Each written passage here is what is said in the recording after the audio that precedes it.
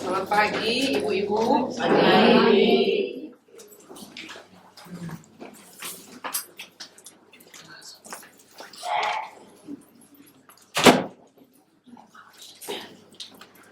Ya, apakah ada yang baru pertama kali hadir, ibu-ibu?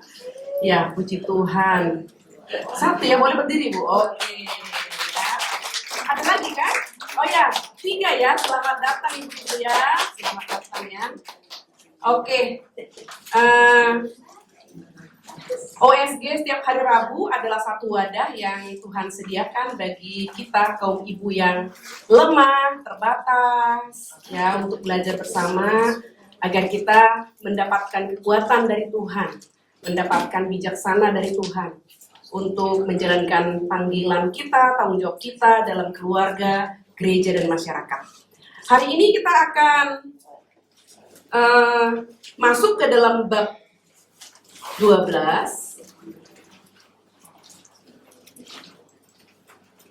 Ya, dalam bab 12, ibu-ibu yang baru pertama kali hadir, kita memakai buku ini ya. Kalau ibu-ibu mau belajar sebelumnya membaca buku ini, ibu-ibu bisa membelinya di toko buku Momentum yang ada di lokasi ini juga ya. Ya, hari ini kita lihat overview sedikit tentang bagian pertama yang sudah kita lewati. Ini J.E. Packer luar biasa ya, merancang buku ini. Gambaran besar bagian pertama adalah mengenal Allah, dimulai dengan telaah tentang Allah. Dilanjutkan dengan orang-orang yang mengenal Allah. Ya, yang ketiga, mengenal Allah dan dikenal, satu-satunya Allah yang benar. Lalu semakin mengerucut Allah yang berinkarnasi. Jadi mulai dari menelaah Allah. Apakah saya mengenal Allah atau tidak? Lalu kemudian orang-orang mengenal Allah mereka. Mengenal Allah dan dikenal. Satu-satunya Allah yang benar, lalu masuk Allah berinkarnasi dan Allah yang akan bersaksi. Lalu kita lihat di dalam bagian yang kedua, mengenal Allah atau sifat Allah. Jadi kalau di bagian pertama tadi kita lihat di situ ia akan bersaksi, yaitu Roh Kudus ya. Dan juga Allah itu di pertemuan yang kelima, Allah yang berinkarnasi. Di sini di bagian yang kedua ini kita melihat adalah gambaran tentang sifat Allah. Yang pertama, Allah itu tidak berubah. Yang kedua, Allah itu agung. Yang ketiga, Allah itu bijaksana. Allah berhikmat, Allah benar, Allah kasih. Dan selanjutnya, yang ketujuh hari ini ya. Bukan hari ini ya. Yang ketujuh kita lewati kasih karunia. Lalu yang ke-8 Allah hakim. Ke-9 Allah itu adalah Allah yang murka terhadap dosa. Yang ke-10 adalah Allah itu penuh kasih karunia. Dan yang ke-11 adalah cemburu, yang akan kita belajar di hari-hari berikutnya. Nah, hari ini kita akan belajar kasih Allah ya di bab 8, bab 12 di buku ini. Oke. Sorry, saya perlu connect antara depan dan belakang. Ya, ibu-ibu, kita lihat pertama dari buku ini, siapakah Allah itu? Di dalam Yohanes 4 ayat 8 dan 16 langsung memberikan jawaban siapakah Allah itu. Allah adalah kasih. So, setelah saya searching ya, apakah ada agama-agama di dunia ini selain agama Kristen yang mengatakan Allah atau dewa mereka adalah kasih? Jawabannya tidak. Tidak. Allah dan dewa agama-agama dalam dunia ini tidak berelasi sampai kepada kekekalan kepada manusia yang menyembahnya. Hanya Allah Tritunggal yang adalah kasih, yang berelasi sampai mulai dari dunia ini, mulai dari penciptaannya sampai kepada kekekalan dengan ciptaannya. Itu luar biasa kan ya? Hanya Allah Tritunggal yang berelasi dengan ciptaannya mulai dari penciptaan sampai kepada kekekalan. Dan di dalam agama lain tidak ada yang mengatakan Allah adalah kasih, yang berelasi dengan umatnya, dengan orang yang percaya kepadanya atau orang yang menyembahnya, berelasi dari dunia sampai ke kekekalan. Yang ada adalah berelasi selama di dunia, tapi tidak berelasi sampai ke kekekalan. Dari sini kita melihat bahwa Allah Tritunggal itu adalah Allah yang penuh kasih, Di dalam kasih itu Allah itu berrelasi dengan umatnya. Kata Allah adalah kasih. Di dalam buku ini J.I. Packer mengatakan kata ini adalah ucapan yang paling indah tapi juga sering disalah mengerti, seperti pagar duri yang menyembunyikan arti sebenarnya dari pandangan. Semak belukar mental yang kusut ini tidak mudah dibersihkan.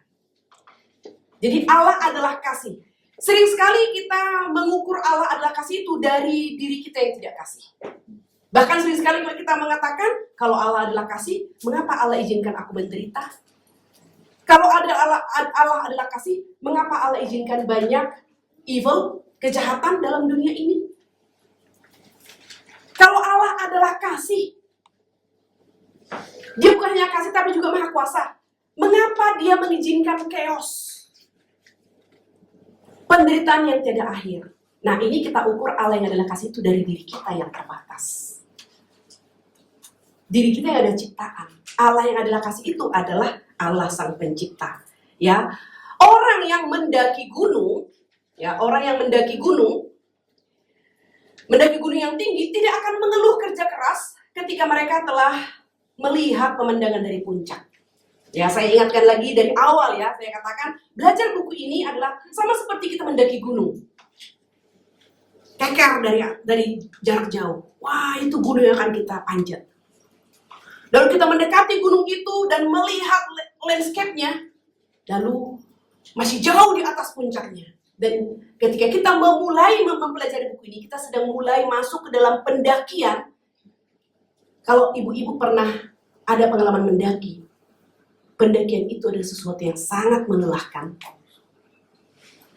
Tetapi sekaligus sangat nikmat bagi yang menikmati. Saya seorang yang suka naik gunung. Naik gunung adalah sesuatu hal yang sangat nikmat bagi saya. Tanpa mendengarkan suara manusia, hanya mendengar suara burung, bau dedaunan yang busuk.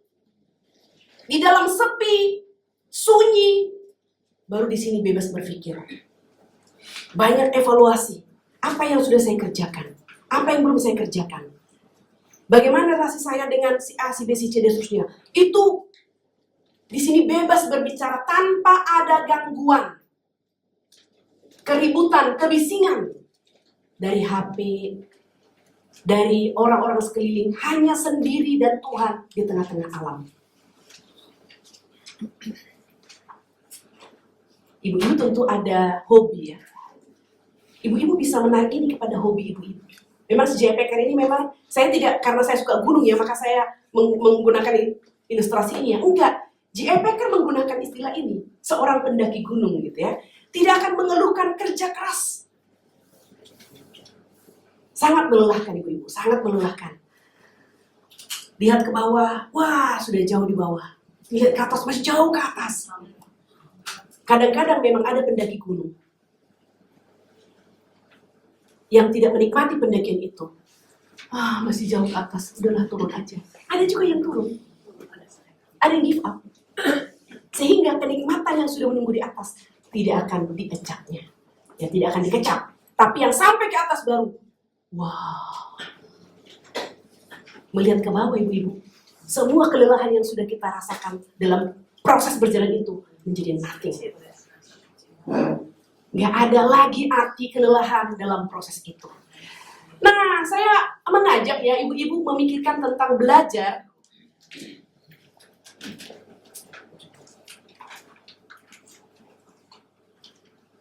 Oh, saya udah lebih jauh ya. Ya, oke. Tentang belajar mengenal Allah ini seperti itu ibu-ibu. Jadi jangan pernah lelah, jangan berpikir aduh lebih baiklah hang out dengan teman dan seterusnya gitu ya pada hari Rabu. Di sini nih tempat Tuhan memberikan kekuatan kepada kita, ya. Apa yang orang yang berbahagia tidak dapat berkata, dikatakan si J.I. Packer ya. Jika orang itu bisa berkata Allah adalah kasih, Yeremia 8. Dan juga jika bisa berkata kita telah mengenal dan telah percaya akan kasih Allah kepada kita. Nah, saudara yang kasih dalam Tuhan Yesus, kenapa Ya, orang yang berbahagia bila dapat berkata Allah adalah kasih, kita telah mengenal Allah dan telah percaya akan kasih Allah kepada kita. Ini jawabannya. Ya, mengenal kasih Allah sesungguhnya merupakan surga turun ke bumi. Surga turun ke bumi. Allah itu adalah Allah yang kekal, yang transenden, yang jauh di sana. Dia mencari kita dan menemukan kita, memberikan kemungkinan kepada kita untuk bisa mengenal Allah. Makanya dikatakan mengenal Allah berarti surga turun ke bumi. Yang impossible bagi dunia mengenal Allah yang sejati, bagi orang Kristen, hanya orang Kristen mendapatkan kemungkinan dapat mengenal Allah yang sejati. Karena Allah itu yang datang mencari dan menemukan kita. Dan Allah itu juga yang membuat perjanjian dengan kita. Engkau umatku, aku Allahmu. Dan kita terikat dalam perjanjian itu. Terus menerus Allah berkasih karunia kepada kita. Sekali Allah berkasih karunia kepada kita, Dia akan terus menerus berkasih karunia kepada kita. Hanya saja kita manusia yang terbatas sering tidak mensyukuri kasih karunia Tuhan. Yang ada adalah ketidakpuasan. Bahkan ketika kita sudah tahu Allah yang dari surga itu adalah kasih, justru kita mengatakan kalau Allah yang turun ke bumi itu adalah kasih, mengapa banyak penderitaan dalam dunia? Mengapa saya menderita? Karena sering sekali menjadi fokus dan pusat dalam hidup kita dan diri kita. Kita mengukur Allah yang turun dari surga itu ke dalam bumi ini dari kacamata kita yang kecil saja. Nah, ibu-ibu yang kasih dalam Tuhan Yesus,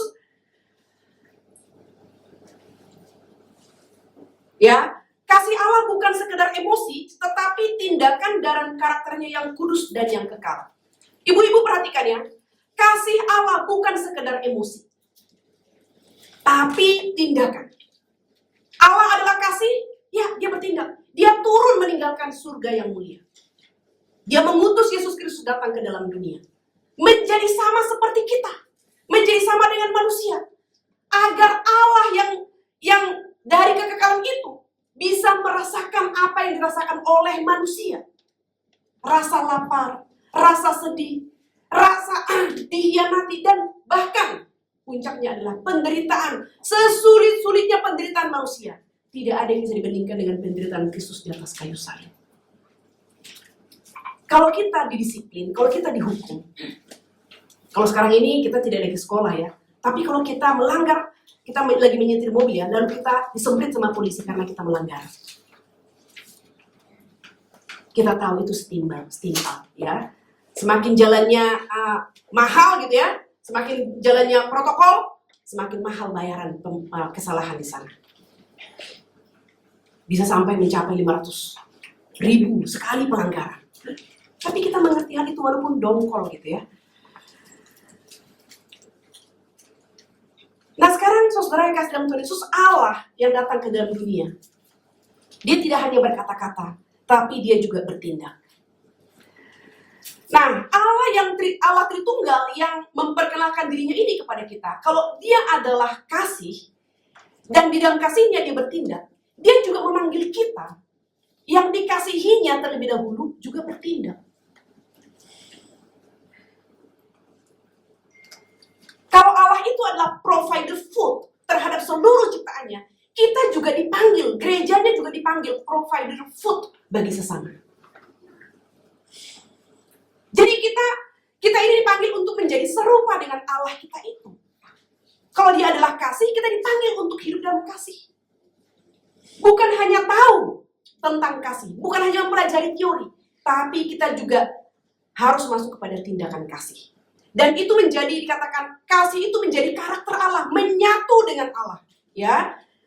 Demikian juga kita dipanggil supaya kita juga boleh menyatu di dalam kasih Allah. Di dalam ayat yang ke-8, kalau kemarin kita membaca bersama-sama lagi ya, 1 Yohanes 4. 1 Yohanes 4 ayat yang ke-8.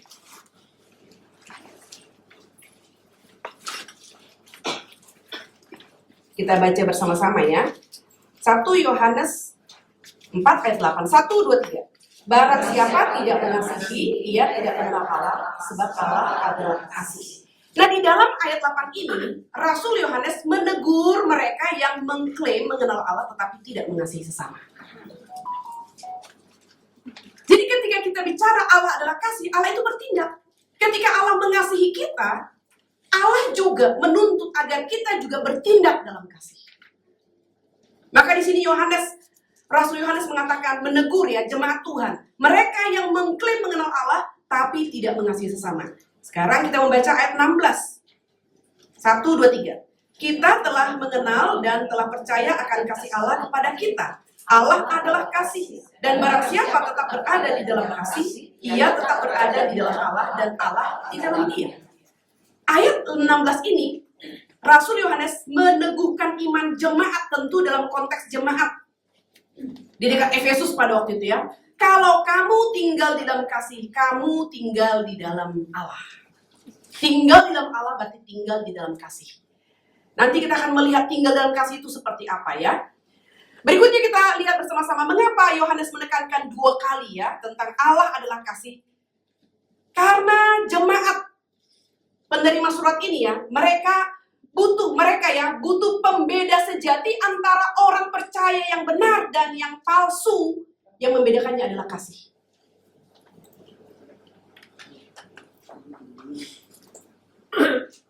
Pembeda yang sejati, orang percaya atau Kristen sejati dengan Kristen tidak sejati adalah kasih. Jadi kita bisa mengukur diri kita sendiri. Apakah kita bertumbuh dalam kasih?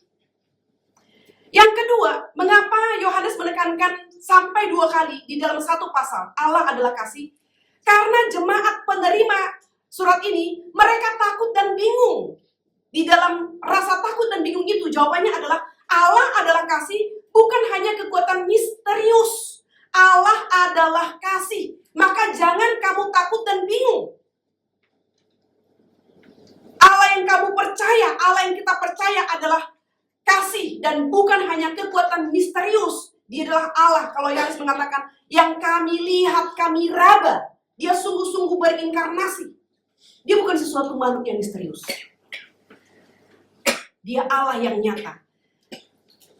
Dan kemudian Yohanes menekankan 2 kali karena dikatakan mereka sedang diperdaya oleh konsep Allah yang jauh dan tidak personal. Tidak personal berarti tidak ada relasi ya. Maka jawabannya adalah kasih Allah nyata dan berinkarnasi dalam Kristus. Ibu-ibu yang kasih dalam Tuhan Yesus, Rasul Yohanes adalah Rasul kasih. Dia yang dikatakan tadinya seorang rasul yang sangat high temper ya, cepat marah.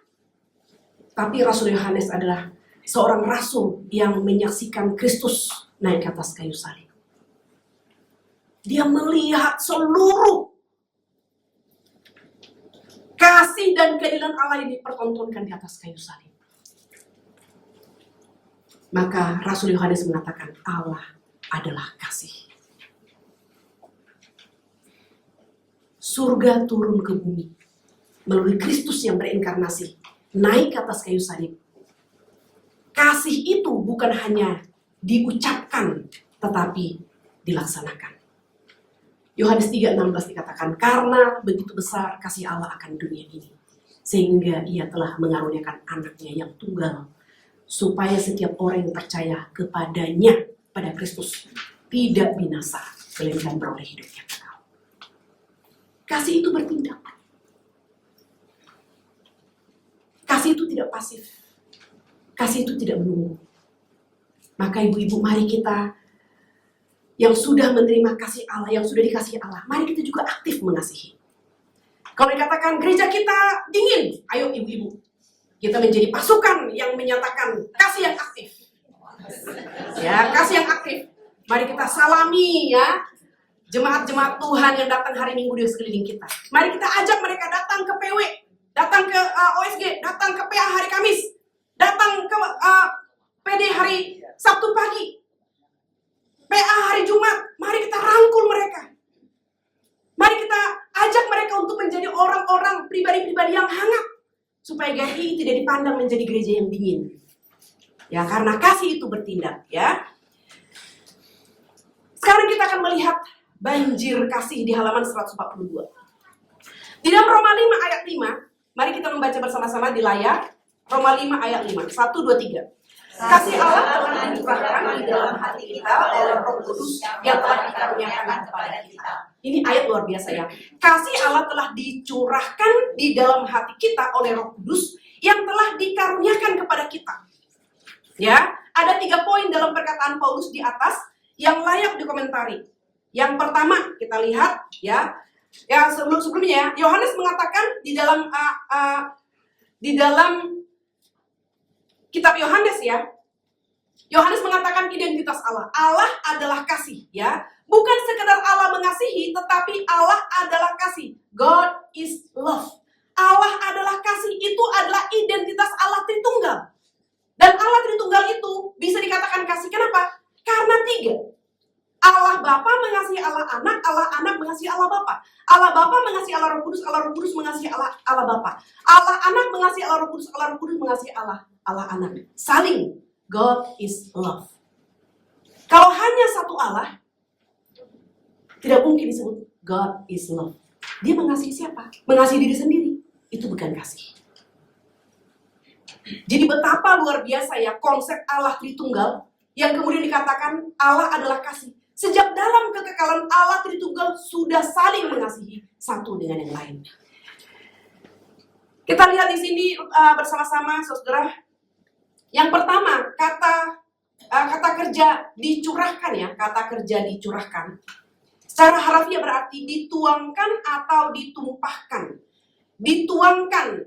Rasul Paulus menggunakan istilah dicurahkan, berarti dituang. Kasih Allah itu sudah dituang, ditumpahkan. Kata yang sama pada waktu pencurahan Roh Kudus di dalam Kisah Para Rasul dan juga di dalam Titus ya.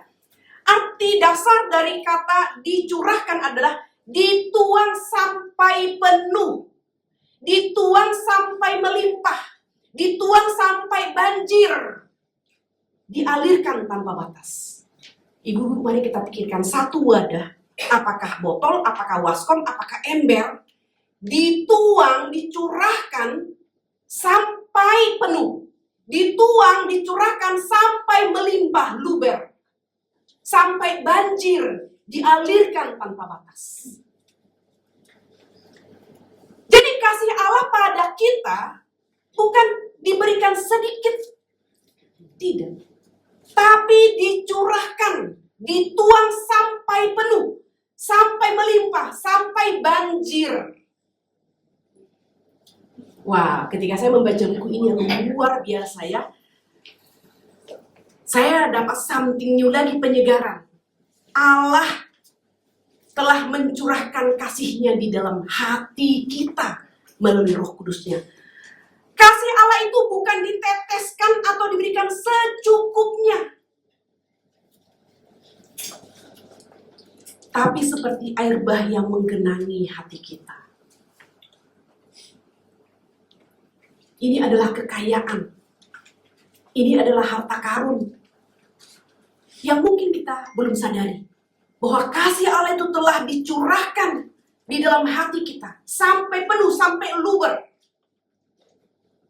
Tapi terkadang kita menjadi miskin dalam kasih. Padahal kita telah dituang, kita telah dipenuhi melimpah secara kasih, tapi kita miskin dalam kasih. Kita sudah diampuni tuntas dosa kita, tapi kita miskin dalam pengampunan. Kita telah diberikan secara berlimpah, tapi kita miskin dalam memberi. Mari kita menjadi pribadi-pribadi yang kaya. Kaya dalam kasih, kaya dalam pengampunan, kaya dalam memberi, kaya dalam memperhatikan.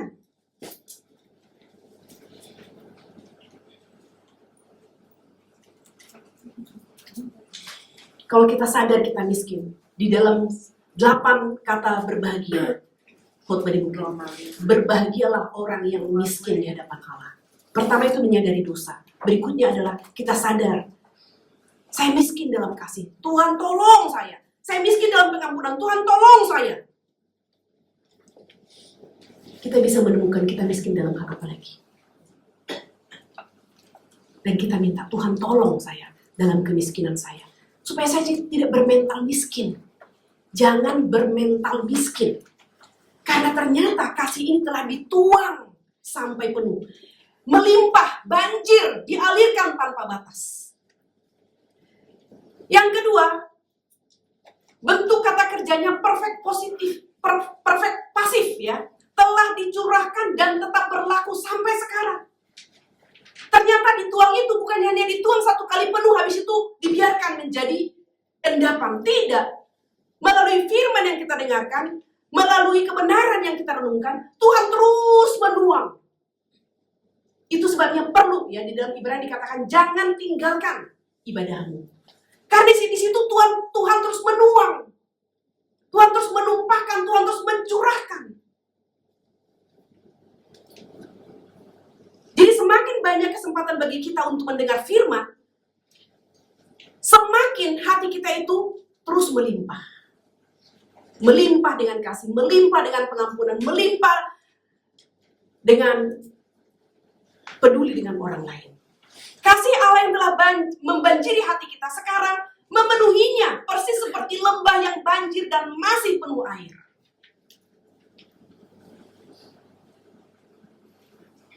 Dan ketika kita stuck mengasihi, itu sama seperti kita mendukakan Roh Kudus. Mendukakan Roh Kudus, stuck.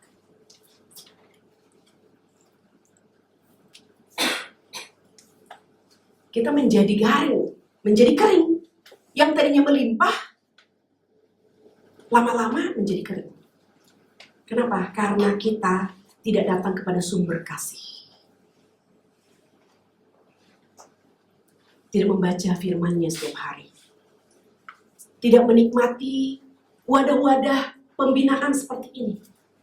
Yang sesungguhnya adalah waktu di mana Tuhan menuang kasih-Nya terus lagi. Dituang lagi, dituang lagi, dituang lagi.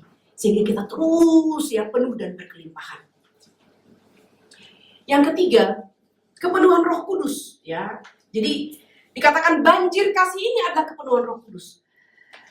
Dipenuhi Roh Kudus dengan kepenuhan Roh Kudus ada dua hal yang berbeda. Dipenuhi Roh Kudus itu bisa, pertama dipenuhi Roh Kudus adalah ketika kita lahir baru. Dipenuhi Roh Kudus. Lalu kemudian dipenuhi Roh Kudus bisa lagi di dalam momentum-momentum tertentu. Kita dapat firman Tuhan, wah gitu lagi ya. Jadi ada kepenuhan yang pada waktu itu lahir baru terima Yesus. Roh Kudus masuk dalam hati kita. Tapi ada di mana kita tidak dipenuhi Roh Kudus. Ya, ini kata dipenuhi Roh Kudus. Tapi ketika bicara tentang kepenuhan Roh Kudus, ini adalah banjir kasih. Keadaan rohani yang stabil. Yaitu seseorang yang hidup dalam kuasa, kesalehan, dan buah roh secara menyeluruh. Stabil dia. Tenang menghadapi segala badai. Bijaksana dalam mengambil keputusan dan membuat pilihan. Ini yang perlu kita minta. Tuhan, tolong saya untuk mengalami kepenuhan Roh Kudus. Bukan hanya lagi dipenuhi Roh Kudus, tapi masuk kepada kepenuhan Roh Kudus. Kepenuhan Roh Kudus menunjukkan kualitas hidup rohani yang matang dan terintegrasi dengan pekerjaan roh.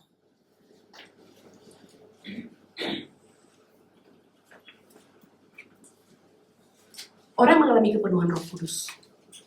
Yang pertama, dia taat kepada roh, pimpinan roh. Yang kedua, dia meninggikan firman Tuhan. Satu-satunya mutlak memimpin hidupnya. Yang ketiga, dia rela dipakai oleh Tuhan, melaksanakan kehendak Tuhan sekalipun harus mati martir. Yang ketiga, dia mengabarkan Injil Tuhan. Yang kelima, dia mengalami kepenuhan, menghasilkan buah-buah roh, 9 buah roh. Ini orang yang mengalami kepenuhan Roh Kudus. Taat kepada pimpinan roh, meninggikan firman Tuhan, rela dipakai oleh Tuhan, melaksanakan, menggenapkan kehendak Tuhan sekalipun mati martir, mengabarkan Injil Tuhan, dan menghasilkan buah roh. Inilah banjir kasih. Kita menjadi stabil, tidak lagi impulsif, cepat marah, cepat tertawa. Lama-lama bisa dipindahkan ya, ke tempat yang tidak kita inginkan sama sekali. Iya kan? Loadingnya agak lambat ya. Sesuai dengan usia barangkali ya. Ya. Jadi marilah kita stabil ya, belajar stabil. Kalau kita masih ya perubahannya itu cepat marah, cepat tertawa, hati-hati. Ya, itu belum stabil namanya. Oke. Nah, kalau kita mengenal Allah, ibu-ibu, hidup kita akan memancarkan kasih. Bukan kepalsuan religius. Topeng. Ya, hari Sabtu lalu persekutuan doa. Boleh tahu dong, ibu-ibu yang datang persekutuan doa pagi Sabtu, coba angkat tangan. Saya mau hitung. 1, 2, 3, 4, 5, 6, 7, 8, 9, 10, 11, 12. Wah, 12.000 ya. Ayo ibu-ibu datang dong setiap hari Sabtu ya. Sabtu lalu ya firman Tuhan bagus sekali dibawakan oleh Vikaris Ricky. Bicara tentang Yudas Iskariot. Dia katakan nih, terkadang kita berpikir Yudas Iskariot itu seperti ini. Tayangkan. Satu laki-laki dengan salib di sini, ya loreng-loreng semuanya, matanya dingin. Dan tampak ya setiap orang lihatnya pasti mau dimakan gitu. Dia bilang, iya seperti ini gambaran kita tentang Yudas Iskariot. Tapi ternyata tidak, dia bilang. Ayo ganti. Foto yang ditayang dihapus, tampil Vikaris Ricky di layar. Dia bilang, seperti inilah Yudas Iskariot. Look nice. Look handsome. Seperti Bapak, Ibu, dan saya, dia bilang. Yudas Iskariot secara fisik dekat kepada Yesus, tapi jauh secara rohani. Ketika Yesus mengatakan kepada Yudas Iskariot, segera laksanakan rencanamu. Dari 11 murid ibu-ibu, tidak ada yang tahu bahwa itu adalah Yudas Iskariot. Berarti Yudas Iskariot itu nice kan? Gak menakutkan kan? Sampai 11 murid tidak tahu bahwa itu dia. Semua murid yang lain, saya kah guru, saya kah guru, saya kah guru.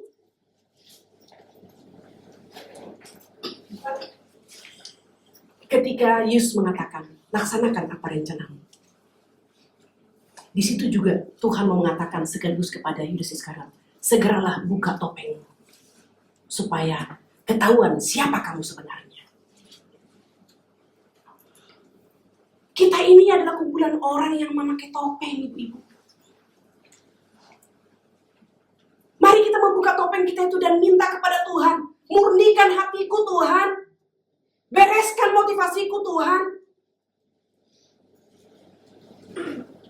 supaya kita tidak lagi menjadi Yudas Iskariot yang dekat dengan Tuhan karena kita menjadi pelayan, rajin ikut ke kegiatan kerohanian, tapi ternyata kita jauh secara rohani. Maka ini yang perlu kita perjuangkan, dekat secara rohani. Bukan hanya fisik, datang ke gereja. Bukan secara fisik rajin pelayanan. Tapi kita juga harus pastikan kita dekat dengan Tuhan. Kita hidup dalam dunia yang, ya kalau kasih Allah adalah penghiburan ya, bukan ancaman. Sama seperti harusnya kasih kita adalah hiburan, bukan ancaman. Jangan sampai kita mengasihi seorang, lalu dari belakang kita menusuknya. Jangan sampai kasih kita yang palsu mencelakakan orang lain. Setelah kita dekat, semakin tahu dong, ya kan? Semakin dekat, semakin tahu kan ya? Belangnya semakin tahu, belangnya coklat. Belangnya biru, gitu ya? Setelah tahu belangnya, ngomong ke sana, belangnya dia saya tahu, coklat. Belangnya sana saya tahu, biru, gitu. Jangan sampai kasih kita itu menjadi ancaman, tapi biarkanlah sungguh-sungguh kasih kita yang murni, yang benar itu adalah penghiburan bagi sesama kita. Semakin kita mengenal, semakin kita mendapatkan kekuatan dari satu dengan lain. Bukan semakin mengancam satu dengan lain. Kita hidup dalam dunia yang sering mengalami kasih palsu. Ya, maka kita perlu kembali kepada sumber kasih sejati, yaitu Allah Tritunggal yang mengasihi dalam tindakan nyata. Kalau kita masih menemukan ada kasih yang palsu dalam hati kita, mari kita kembali bersujud, kembali kepada sumber kasih yang sejati, Allah Tritunggal. Minta Tuhan, bersihkan hatiku. Tuhan, tolong aku supaya aku menjadi pribadi yang sejati dalam segala hal. Sejati dalam kasih, sejati dalam pengampunan, sejati dalam perkataan. Sejati itu berarti lawannya adalah palsu, pura-pura. Mari kita mengejar kesejatian. Bukan bercokol dalam kepalsuan.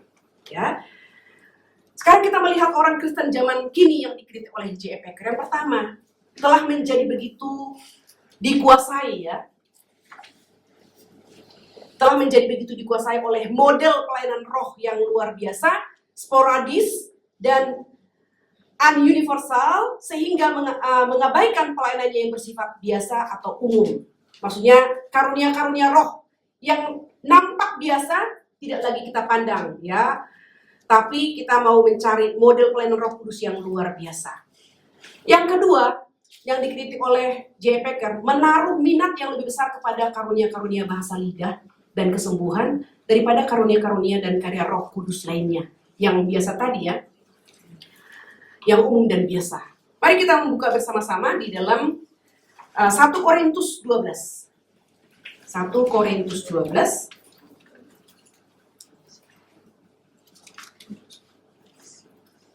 Ayat 28 sampai ayat 30.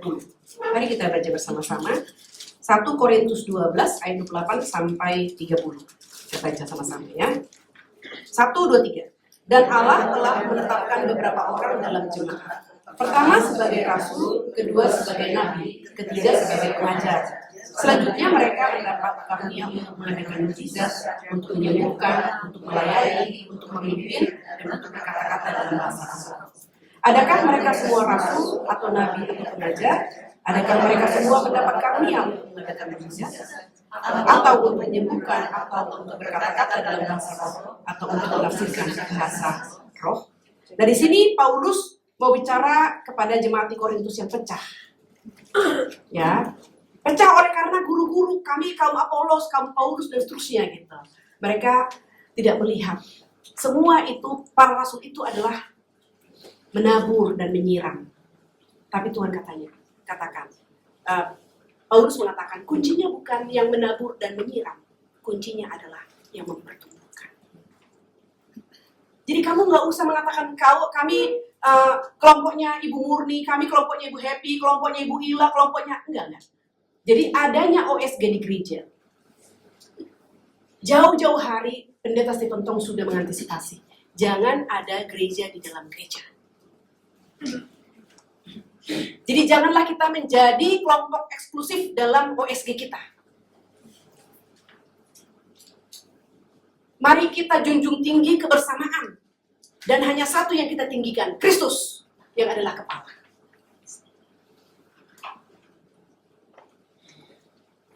Bukan saya, bukan kamu, tapi Kristus. Nah, ini yang dikatakan oleh Rasul Paulus. Mereka mengejar, ya, jemaat di Korintus juga pecah karena karunia-karunia, mereka mengejar karunia-karunia, ya. Seperti jemaat di Korintus memiliki anggapan bahwa makin banyak bahasa lidah, makin bersukacita dan makin saleh. Jadi ukurannya itu bagi mereka adalah bahasa lidah. Maka J.I. Packer juga melihat kekristenan, ya, khususnya saudara kita yang bahasa yang di seberang sana, ya, saudara seiman kita juga, ya, mereka lebih mengutamakan karunia bahasa roh. Dan mereka memutlakkan orang yang dipenuhi Roh Kudus adalah orang yang dapat berbahasa roh. Bahkan sampai orang yang belum memiliki, tidak mendapat karunia bahasa roh, mereka mempelajari bahasa roh. Padahal bahasa roh itu tidak bisa dipelajari. Bahasa roh itu adalah karunia. Yang namanya karunia adalah karis, ya. Karis itu berarti diberikan. Roh Kudus memberikan karunia itu kepada siapa Roh Kudus berkenan memberikannya. Dan di mana karunia Roh Kudus, karunia berkata-kata diberikan oleh Roh Kudus, di situ sekaligus akan ada karunia menerjemahkan bahasa roh. Jadi tidak mungkin ada karunia bahasa roh tanpa didampingi karunia menerjemahkan bahasa roh. Nah, jadi kita lihat di sini berikutnya adalah Paulus menekankan tanpa kasih bahasa lidah tidak ada artinya. Nah, jadi ini kesalahan di jemaat Korintus dan juga di dalam beberapa gereja ya, mengutamakan karunia bahasa roh tanpa ada karunia, tanpa didampingi oleh karunia menerjemahkan bahasa roh. Karena semua karunia hanya satu tujuannya, membangun tubuh Kristus. Kalau ada karunia bahasa roh tanpa didampingi karunia menerjemahkan bahasa roh, siapa yang dapat mengerti bahasa roh itu? Dan siapa yang dibangun? Jadi kalau kita mengerti prinsip sederhana ini, maka kita langsung tahu ketika kita melihat ada orang berbahasa roh tanpa ada orang yang menerjemahkan bahasa roh itu, berarti itu bukan bahasa roh, bukan karunia bahasa roh. Karena kita memberitahukan di mana ada karunia bahasa roh, di waktu yang sama, di tempat yang sama ada karunia menerjemahkan bahasa roh. Dan kalau misalnya dalam pertemuan kita ini ada 3 orang berikan karunia bahasa roh, maka mereka akan bergantian. Pertama, mengatakan bahasa roh, diterjemahkan. Yang kedua, baru dia mengucapkan lagi bahasa roh, diterjemahkan. Yang ketiga, baru mengucapkan. Jadi itu tertib. Tidak bersama-sama dalam satu pertemuan. Dan bersama-sama tidak tahu pula artinya. Ya, jadi kita harus selalu back to the Bible, kembali kepada Alkitab. Ya, jadi ini juga yang dikritik oleh J.I. Packer. Ini sudah 20 tahun yang lalu lebih ya. Jadi kekristenan itu sudah menyeleweng dalam hal ini ya. Berikutnya kita melihat kebangunan rohani yang diselewengkan. Di dalam Roma pasal 5 tadi dicurahkan, ya Roh Kudus dicurahkan dalam kebangunan Roh Kudus. Kebangunan rohani itu adalah Roh Kudus, kasih Allah dicurahkan memenuhi gereja Tuhan. Mari kita membuka bersama-sama Roma pasal 5 ayat 5. Roma pasal 5 ayat 5. Kita baca bersama-sama ya. Roma pasal 5 ayat 5. 1, 2, 3. Dan pengharapan tidak mengecewakan karena kasih Allah dicurahkan dalam hati kita oleh Roh Kudus yang telah dikaruniakan kepada kita. Ya, di sini jadi kebangunan rohani berarti pada saat itu adalah Allah mencurahkan kasih-Nya kepada kita melalui Roh Kudus masuk ke dalam hati kita.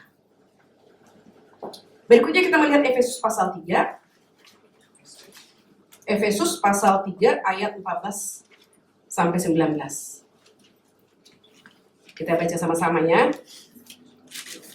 Pasal 3 14 sampai 19. 1, 2, 3. Itulah sebabnya aku sujud kepada Bapa yang daripadanya semua turunan yang di dalam surga dan di atas bumi menerima namanya. Aku berdoa supaya Dia untuk kekayaan kemuliaannya menguatkan dan menentukan kamu oleh-Nya yang dalam itu. Sehingga oleh imanmu Kristus diam di dalam hatimu dan kamu berakar serta berdasar di dalam kasih. Aku berdoa supaya kamu bersama-sama dengan segala orang kudus dapat memahami betapa lebarnya dan panjangnya dan tingginya dan dalamnya kasih Kristus, dan dapat mengenal kasih itu sekalipun dia melampaui segala pengetahuan. Aku berdoa supaya kamu dipenuhi di dalam seluruh kepenuhan Allah. Jadi kebangunan rohani itu adalah Allah memulihkan gereja yang sudah hampir mati. Dan gereja sejati adalah orang-orang yang sudah ditebus oleh Kristus. Gereja sejati adalah orang-orang yang mendapatkan pencurahan kasih Allah melalui Roh Kudus yang masuk dalam hati kita. Itu gereja sejati. Gedung ini bukan gereja sejati. Gedung ini adalah tempat kumpulan gereja-gereja sejati. Gereja sejati itu adalah saya dan ibu-ibu yang sudah menerima kasih Allah yang dicurahkan dalam hati kita. Jadi dikatakan kebangunan rohani itu adalah Allah mencurahkan kasih-Nya memenuhi hati kita. Dan ini yang perlu kita doakan, ibu-ibu, supaya Tuhan terus beranugerah melakukan revival, kebangunan rohani, mencurahkan kasih-Nya kepada umat-Nya. Kebangunan rohani yang benar bukan untuk dapat bahasa lidah, melainkan agar Roh Kudus mencurahkan kasih Allah ke dalam hati kita. Jadi kebangunan rohani Revival again, dibangunkan kembali dan dibangunkan terus menerus. Pada saat kita melihat, sudah terlambat sekali ya. Oh ya, sorry.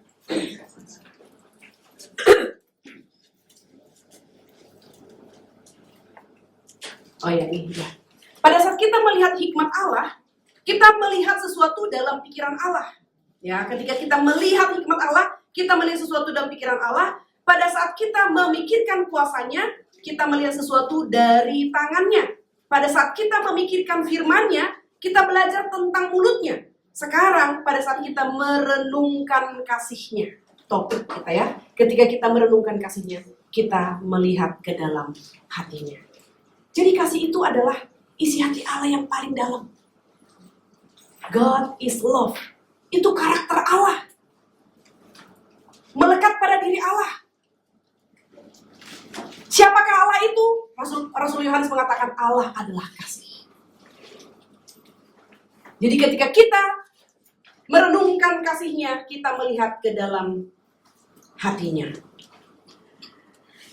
Terakhir kita akan melihat dua komentar Yohanes tentang kasih, Roh Kudus, dan terang. Yang pertama, Allah adalah kasih, dan kasih itu menyatakan diri melalui karya Roh Kudus dalam orang percaya. Yang kedua, Allah adalah terang, dan kasih sejati hanya ada di dalam terang itu. Allah adalah terang, kasih sejati hanya ada di dalam terang itu. Nah, ibu-ibu yang kasih dalam Tuhan Yesus, kasih Allah tidak pernah statis, tidak bergerak ya. Kasih itu mengalir. Kasih itu aktif. Kasih itu menyelamatkan. Dan juga memampukan orang percaya untuk saling mengasihi.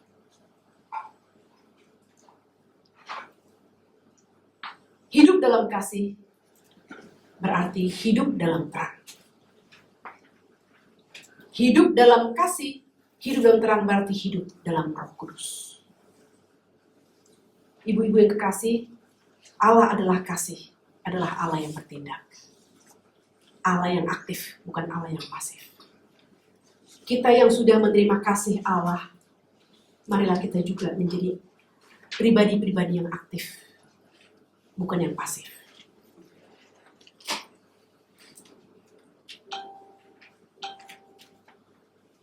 Aktif dalam memperdamaikan. Bukan hanya memperdamaikan dua saudara yang berseteru, tapi juga aktif memperdamaikan manusia berdosa dengan Allah. Aktif memberitakan Injil Tuhan.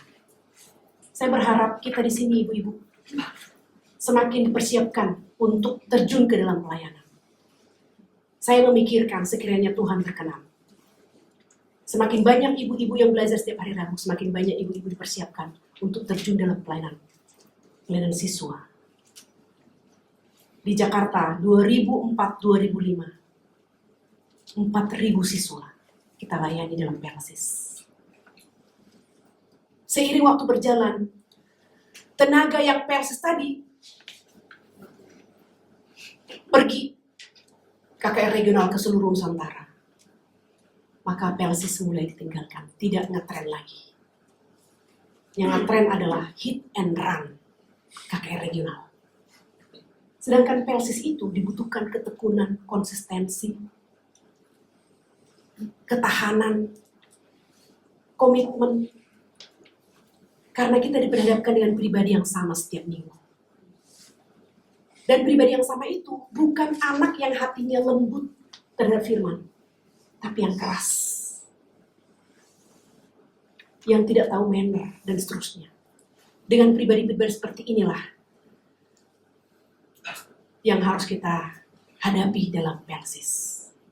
Yang membutuhkan pengorbanan waktu, hati, kasih, perhatian. Karena dari Persis kita bisa masuk pada keluarga mereka, karena mereka mulai terbuka ketika mereka trust kepada kita. Maka mulai kita masuk ke dalam kehidupan anak-anak yang sulit itu. Dan semakin banyak lagi pengorbanan. Ibu-ibu yang kasih dalam Tuhan Yesus, mari kita doakan dan gumulkan bersama-sama. Supaya kita tidak hanya penikmat kasih Allah, tapi kita juga harus aktif membagikan kasih Allah kepada orang-orang yang belum menikmati kasih itu. Mari kita tekun belajar supaya semakin kita diperlengkapi. Dan ketika waktunya tiba, kita juga bisa terjun bersama-sama. Bukan hanya humas. Ya, saya juga berharap ibu-ibu menjadi pasukan humas ya. Ketika ada nanti acara BCN, kita menjadi humas. Acara NRTC humas ke sekolah-sekolah yang menjangkau anak-anak. Tapi kita juga harus aktif dalam PLSIS. Pegang satu sekolah, konsisten dan terus-menerus. Mungkin Tuhan tidak mengizinkan kita melihat buahnya. Tapi percayalah, firman yang diberitakan tidak akan kembali dengan sia-sia. Ada banyak kesaksian. Dulu saya dengar satu kali Pak Tong KKR. Itu dulu berapa puluh tahun yang lalu. Orang itu kemudian jadi hamba Tuhan. Ibu-ibu, mari kita berdoa bersama-sama ya. Kasih adalah tanda kelahiran baru dan kesatuan dengan Allah. Orang yang hidup dalam kasih akan hidup benar, kudus dan menjauhi kebencian. Ya. Dan ini nanti menjadi refleksi kita. Saya berharap kita ibu-ibu bisa mengalami kasih Tuhan yang melimpah dalam hati kita. Mari kita berdoa bersama-sama.